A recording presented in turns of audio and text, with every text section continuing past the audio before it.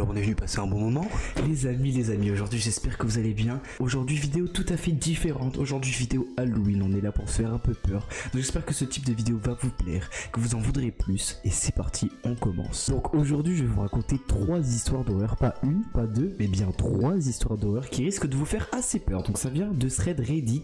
Donc 3 histoires tirées d'histoires vraies. Donc ayez peur parce que ça peut vous arriver à tout moment. Donc restez jusqu'à la fin de cette vidéo pour voir peut-être aussi comment vous en sortir si ça doit vous arriver. Bonne vidéo.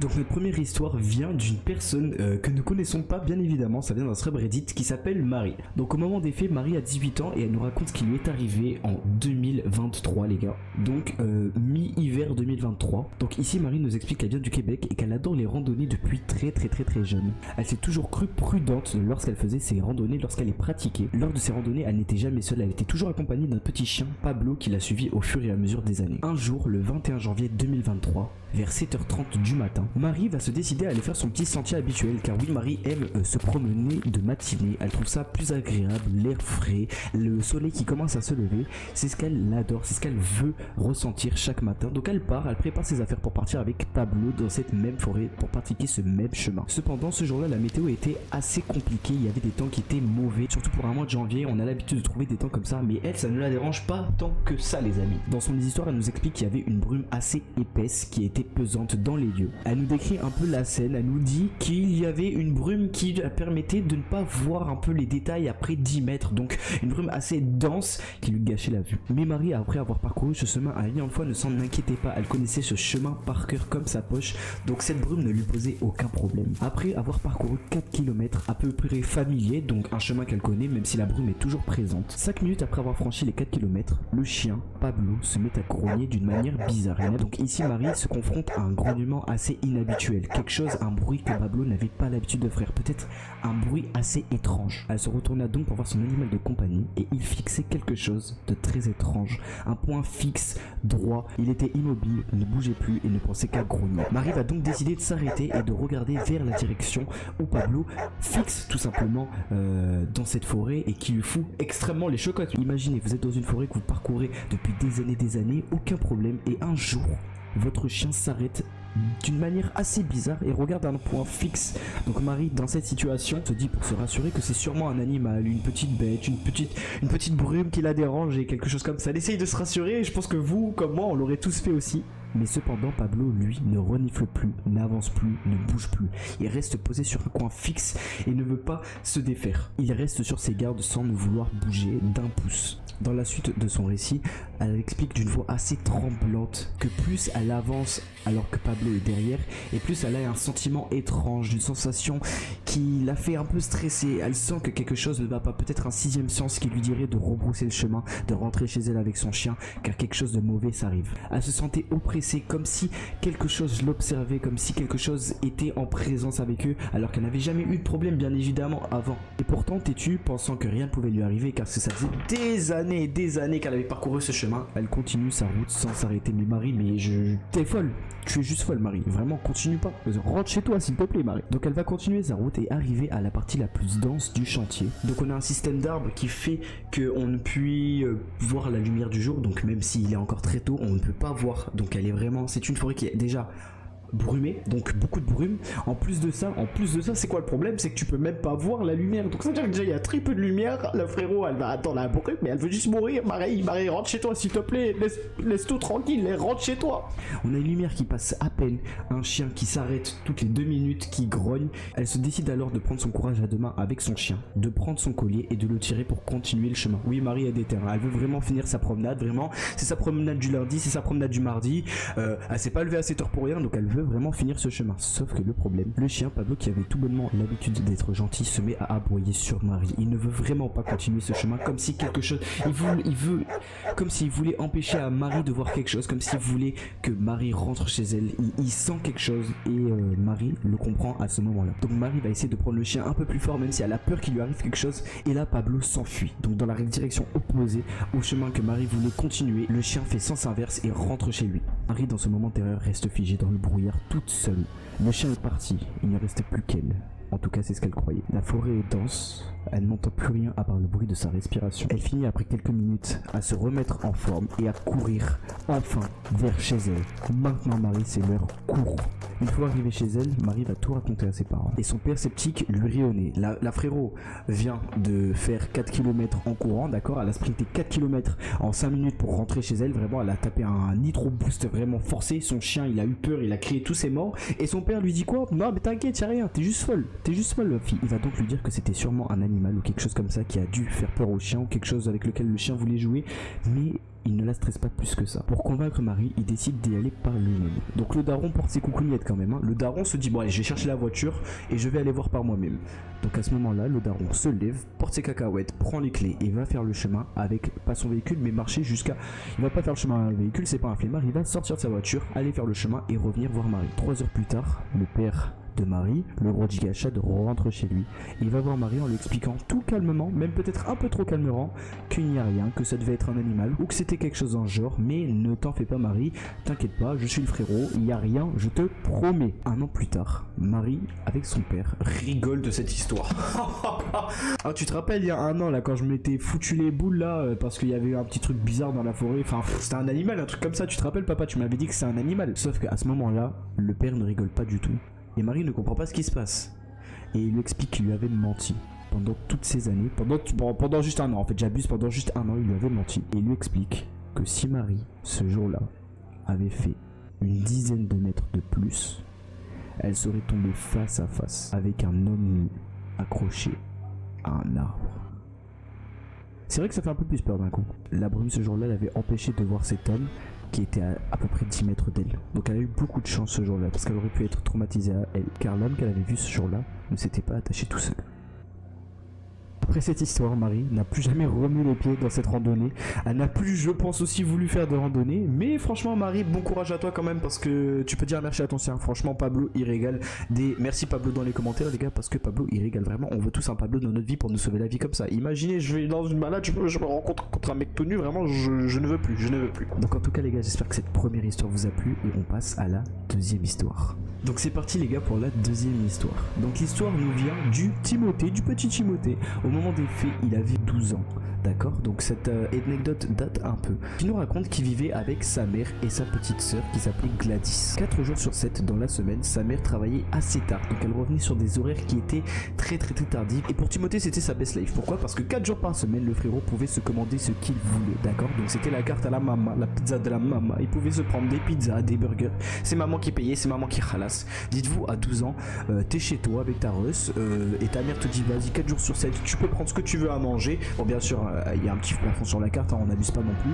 Mais il pouvait prendre ce qu'il voulait, donc lui ça lui faisait plaisir. Info importante à savoir, sa mère partait vers 18h, 19h et rentrait très tard. Donc quand je dis très tard, c'est pour un enfant de 12 ans, 22h, 23h. Donc il lui arrivait des fois même d'arriver à minuit. Mais entre Timothée et sa mère, un petit jeu s'était instauré. 30 minutes avant que la mère de Timothée rentrait, il laissait la porte ouverte et allait se cacher dans une pièce au hasard de la maison pour essayer de lui faire peur. Donc le petit jeu qui se passait quand même à 22h, hein, qui est assez fou, hein, et que Timothée allait se cacher dans une pièce où il voulait dans la maison, sa mère rentrait à 22h, 23h peut-être, des fois même minuit, et il se cachait. Donc ça veut dire déjà le bout qu'il pouvait attendre 30 minutes, 40 minutes, hein. Il attendait peut-être 30 minutes, 40 minutes, donc j'espère en tout cas qu'il commençait à se cacher quand il entendait la voiture ou un bail comme ça, parce qu'il ne l'a pas précisé dans l'histoire, mais il se cachait, ça c'est sûr.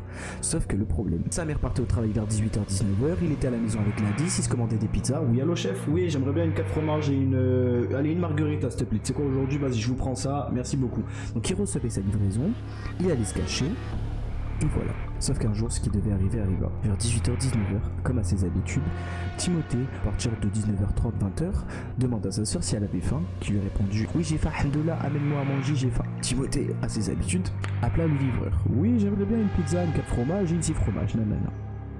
Le livreur, cette fois-ci, arriva un peu plus vite que prévu. Sauf que quelque chose était bizarre, sauf que quelque chose avait changé. Cette fois-ci, le livreur posa pas les mêmes questions que d'habitude.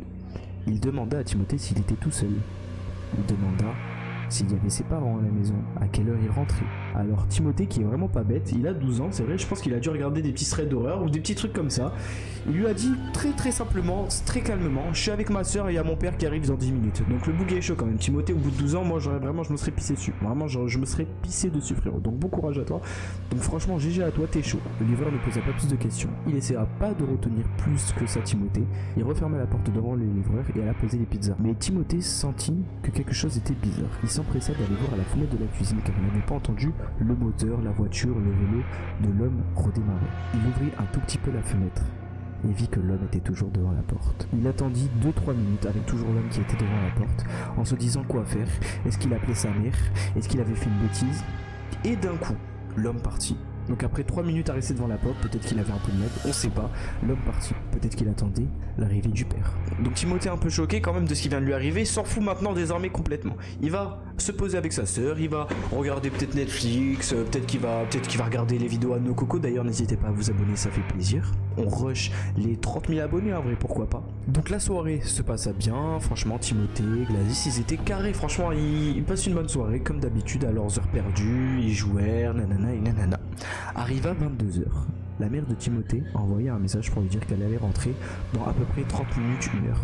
Timothée, à son habitude, ouvra la porte et alla se cacher quelque part. Il alla se cacher et 10-20 minutes après le message de sa mère, entendit la porte s'ouvrir, la porte qu'il avait laissée bien évidemment ouverte. Il trouva cela bizarre car à son habitude, sa mère prenait 30 à 1 heure pour arriver. Après avoir envoyé le message, elle était là 20 minutes après, il trouva ça quand même assez chelou et je pense que vous aussi vous trouvez ça très bizarre. Il resta caché en attendant que sa mère le trouve. Elle, sa sœur, il ne précise pas ce qu'elle était en train de faire. Timothée nous dit que à son habitude, il avait à peu près 5-6 cachettes et qu'à chaque fois, il changeait entre les cachettes. Cette fois-ci, il s'était caché sous la cuisine qui donne un angle sur le salon, sur la porte d'entrée.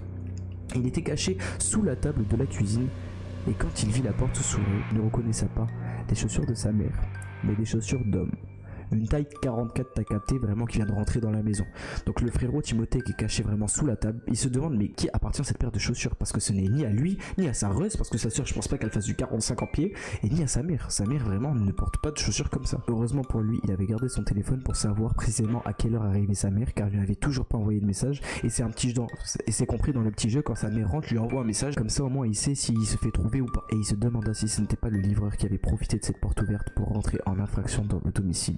Pourquoi? Pour leur faire du mal, on ne sait pas, mais la suite continue. Timothée stressé envoya un message assez rapidement à sa mère pour lui dire que quelqu'un était rentré dans leur domicile. Sa mère, ne comprenant pas la situation, l'appelle. Le problème, c'est qu'il n'était pas en mode vibreur. Et vous comme moi pensions que l'individu allait peut-être foncer vers la sonnerie pour peut-être faire du mal à Timothée, mais non, heureusement, le livreur ou l'homme qui était présent s'empressa de repartir vite fait vers la porte d'entrée pour fuir.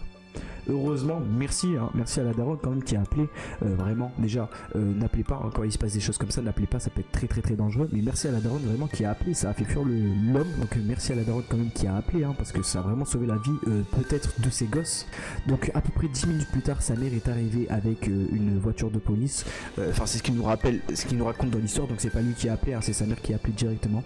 Ils sont arrivés au domicile, il n'y a eu aucune infraction du coup comme la porte était déjà ouverte, donc le petit était complètement choqué, surtout pour la petite sœur qui était à l'étage, imaginez s'il serait monté à l'étage. Donc il nous raconte dans l'histoire que sa mère ne travaille plus aussi tard, d'accord, et il ne commande plus Uber Eats, vraiment c'est fini, ils font une croix sur ça vraiment, et il n'y a plus de jeu, de cache-cache, rien du tout. Maintenant c'est juste tu dors à 20h et pipi au lit, c'est tout. Donc en tout cas les gars, j'espère que cette deuxième histoire vous a plu, elle m'a fait assez peur, j'irai peut-être m'essuyer les fesses après cette vidéo, parce que quand même ça m'a fait un peu peur, je vous avoue. Et oui c'est vrai, c'est très court, j'avoue que ça va me manquer. On est parti sur la dernière histoire les gars, et j'espère qu'elle va vous plaire. C'est une histoire qui est assez longue, donc franchement au moins comme ça vous pouvez vous dire ça va durer un peu plus longtemps. J'espère que ces histoires vous auront fait peur, parce que moi c'est vrai que ça m'a fait un peu peur. Donc c'est l'histoire encore d'une subreddit, je sais pas comment on dit pour les femmes qui font des reddit, une redditeuse, je ne sais pas. Au moment des faits elle avait 15 ans, elle en a 25 aujourd'hui, c'est vrai que ça remonte, 25 moins 10 qui fait 15, donc ça fait 10 ans que cette histoire est passée. Elle nous raconte aussi qu'elle est maman maintenant depuis depuis 3 mois, donc félicitations à elle, TGG dans les commentaires. Elle nous raconte que ses parents à l'ancienne, donc tard à l'époque, lui avaient payé une colo. Donc une colo vraiment, quand t'as 15 ans c'est incroyable, tu te retrouves avec plein de gens, t'es soit dans un camping, soit dans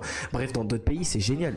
Donc c'est vrai que ça coûte un peu cher, mais franchement c'est cool, tu kiffes ta vie, surtout à 15 ans, vraiment c'est vraiment là où tu dois te créer tes meilleurs moments, tes meilleures années. Donc elle nous explique qu'elle a été 3 semaines en Malaisie, ce qui est vraiment incroyable. L'aventure parfaite pour un jeune de son âge, de notre âge. Elle nous explique qu'à ce moment elle a été entourée d'une trentaine de jeunes, donc à peu près de 14 à 18 ans, donc franchement on a une bonne marge de 14 à 18, franchement je parle pas de la première guerre mondiale évidemment, rien à voir. Et elle nous dit qu'il y avait des monos super sympas, donc les monos, pour ceux qui savent pas un peu le langage des Jones, c'est les moniteurs, d'accord, donc les moniteurs qui entouraient tout le voyage, toute la colo et du coup les 30-40 élèves. Comme dans toutes les colos, comme dans toutes les aventures, des groupes se forment, donc elle se crée pas mal d'amis tout au long de cette colo, surtout pas mal de filles, un groupe de filles avec qui elle est très solidaire, et elles deviennent au bout d'un moment un groupe de 7 filles inséparables. Donc on n'a pas le nom des 7 filles dès le début, mais elle nous explique que tout se passe bien, qu'elles rigolent, qu'elles s'amusent, qu'elles passent vraiment leurs meilleures vacances quoi. Merci papa et maman d'avoir payé la colo. Elle nous explique aussi que l'île sur laquelle ils étaient en Malaisie, si je dis pas de bêtises, était minuscule,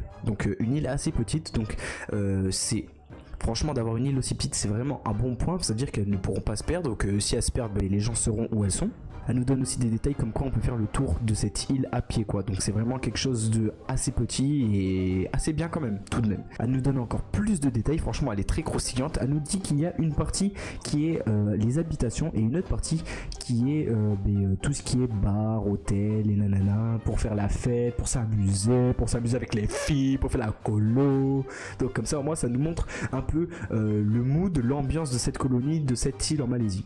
Elle explique que toutes les cabanes de toutes ses copines étaient alignées et qu'elles étaient en bois. Donc le bois, bien évidemment, vous savez, qui est pas très solide. Et elle nous explique que toutes les cabanes de ses copines étaient collées et situées au fond, à peu près à quelques centimètres de la jungle. Il y avait souvent des fêtes le soir dans cette île et elle nous raconte que à ce moment-là, c'était la dernière fête de nuit. Tout le monde dansait, tout le monde riait, tout le monde chantait, tout le monde buvait. Bon, pas elle, parce qu'à 15 ans, on ne boit pas, attention les filles, attention les garçons, je vous vois, on ne boit pas à partir de 15 ans, on attend un peu la majorité. Vers 1h du matin, 4 filles du groupe de filles de 7 décident de rentrer en laissant les 3 autres filles, est-ce que j'ai bien fait mes calculs, 5, 6, 7, ouais c'est bon c'est ça, j'ai bien fait mes calculs, les 3 autres filles seules. Puis 1 heure plus tard, les 3 filles restantes décidèrent de enfin rentrer. C'est vrai qu'il commence à faire tard et peut-être que la colo va dire quelque chose, non, au bout d'un moment. Donc elles rentrèrent et sur le chemin, elles rigolèrent, elles chantèrent, peut-être par l'air un peu fort, détendues et insouciantes. Une de ses copines chuchota, les filles, vous trouvez pas que le mec derrière nous suit bizarrement? Les filles qui avaient l'habitude de rigoler, de parler fort, se tairent. Une sorte de pause glaçante s'installa dans le groupe. Elle nous explique ici qu'elle se retourna très lentement. Et effectivement, elle nous décrit qu'un homme les fixait au loin. Ni trop près ni trop loin, il marchait ni trop vite ni pas assez vite. Il garda une même allure. Une de ses amies assez smart quand même, à partir de 15 ans, franchement tu penses comme ça, t'es un petit génie, franchement GG à Tom et Skull Scofield, décida de ralentir le pas pour voir si l'homme lui aussi allait ralentir son pas. Et bien évidemment, vous pouvez vous en douter, lui aussi a commencé à ralentir son pas. Tout d'un coup, le groupe de filles commença à sentir leur cœur battre un peu plus fort que d'habitude. Les cris qui s'entendaient partout dans le village commencèrent à cesser et elles étaient seulement arrivées au début de leur allée. Alors elles, complètement dans leur monde, pensant que rien n'allait leur arriver, elles continuèrent de marcher quand même tout doucement. Pour elles étaient invincibles, rien n'allait leur arriver. Sauf que, d'un coup, elle entendit l'une de ses copines hurler. Non, Sarah, reviens, n'allume pas, putain, reviens. Bah c'est vraiment ce qu'elle a dit, hein. Moi j'ai juste essayé de refaire la voix de meuf, d'accord, hein, me critiquez pas, c'est vraiment ce qu'elle a dit. Enfin, une de ses copines a dit. Elle était encore dans l'allée de son sorte de mobil-homme avec l'homme juste derrière elle, debout et immobile. Elle courut alors vers sa copine et elles étaient toutes les deux terrorisées. Et là, l'une des portes de la cabane de l'une de ses copines, du groupe de 7 copines, s'ouvrit. C'est l'une du coup des 4 filles qui étaient rentrées plus tôt.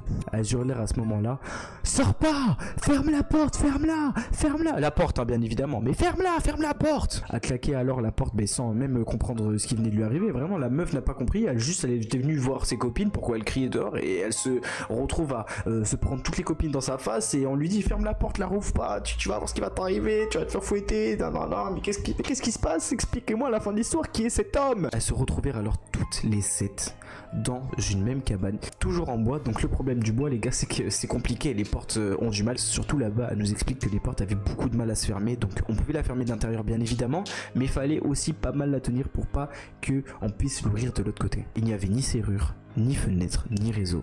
Une des filles décida d'ouvrir la porte très délicatement pour voir si l'homme était toujours là et elle jura là. Le type est là à quelques mètres, planté devant un arbre et il nous regarde sans bouger. J'ai arrêté de crier parce que j'en ai un peu peur. Un silence s'instaura dans la salle. Elles coururent tous petit à petit dans une salle de bain pour aller se cacher où la porte était un peu plus sécurisée. La seule pièce avec une clé où elles étaient enfermées. Cette fille, à bout de souffle, dans une salle de bain, franchement, ça fait pas bon ménage. Elles se sont posé la question et sont venues à la déduction de sortir, de prendre quelque chose, peu importe ce qu'elles trouvaient par terre, et de faire face à cet homme. Elles ont alors attrapé ce qui était dans la salle de bain de plus proche. Donc il y avait une lampe de chevet, une brosse à dents, du dentifrice. Il y a une de ses copines qui a dit que dans les yeux ça faisait mal. Donc franchement, n'essayez pas de mettre du dentifrice dans vos yeux, apparemment ça fait mal, c'est pas moi qui l'ai dit, c'est une de ses potes. S'apprêtant à sortir, elles entendent une voix murmurer. À travers le rideau, elles regardèrent tout doucement et le vit, debout, fixe. Il toquait à la porte de plus en plus fort. Les filles qui avaient pris leur courage à deux mains ne voulaient plus du tout bouger et je les comprends fort. Les filles ont commencé à perdre leurs moyens et à crier. Tout ce bruit a attiré le bruit et quelques minutes plus tard, une force vient ouvrir la porte et heureusement pour elles, c'était leur mono. Pas leur mono qui était là depuis le début, non. Le mono qui venait d'ouvrir enfin cette porte après à peu près 1 heure de calvaire. Donc les filles, à peu près sauvées, fondèrent en larmes. Le soulagement est dit ici indescriptible. Donc elles étaient vraiment soulagées et quand elles ont expliqué au mono ce qui leur était arrivé, il a vraiment tout de suite compris que ce n'était pas une blague. Vraiment cette récit qui était à peu près similaire, enfin surtout pour les 3 filles qui avaient vécu la même chose et les 4 autres qui avaient vécu la suite. Mais il comprit ici que c'était vraiment pas une blague et qu'il fallait les aider. Alors un mono resta avec les filles, puis un autre prena 2 de ce groupe de filles pour aller prévenir la police locale. Arrivé aux sortes de commissariat local, une des filles revit l'homme passer devant ce commissariat. Le mec est fou, il repasse devant le commissariat alors qu'il était en train d'agresser cette meuf. Une de ses copines cria alors It's him, parce que c'est vrai que du coup là-bas il parle une sorte d'anglais bizarre, quelque chose, je crois, quelque chose comme ça. Et là la police, mais du coup compris que c'était quelque chose de vrai, il courra aller chercher cet homme qui était parti terroriser ce groupe de cette fille. Et cet homme répondit à la police: emmenez-moi chez moi, ramenez-moi chez moi, je veux être chez moi. Le policier du coup le ramena aux sortes de poste avec les 2 filles derrière plus le mono, essayant de comprendre ce qui venait de se passer. Pourquoi le mec vient faire la miskine alors qu'il était en train d'embrouiller des meufs il y a quelques secondes. Alors le policier ne savait pas s'il habitait réellement ici. Il lui demanda de montrer le chemin de chez lui. Si il choisissait l'allée de droite, c'était réellement son chemin. S'il choisissait l'allée de gauche, ce n'était pas son chemin. Et comme de par hasard, il choisissa l'allée de gauche qui n'était pas son chemin. Ici, le policier, il comprenait qu'il avait en face de lui quelqu'un qui avait des mauvaises intentions envers les filles et peut-être envers pas mal de personnes autres que les filles. En l'amenant au poste, le policier a sorti les affaires qu'il possédait sur lui. Il avait dans ses poches un téléphone, des morceaux de feuilles coupés en plusieurs morceaux et un couteau. On sait pas du tout ce qu'il fallait faire aux filles, mais heureusement que le colo était là pour les sauver. Donc en tout cas les gars, c'est la fin de ces 3 histoires. J'espère que j'ai bien raconté les gars, c'est la première fois, j'essaye de partir sur un nouveau style de vidéo qui pourrait vous plaire, des histoires comme ça, des histoires créées par moi-même aussi. J'ai pas mal d'inspi, donc si vous voudriez aussi que je raconte des histoires faites par moi-même, n'hésitez pas. Likez, abonnez-vous les gars pour que je puisse voir que vous kiffez cette vidéo. Ciao ciao tout le monde, joyeux Halloween.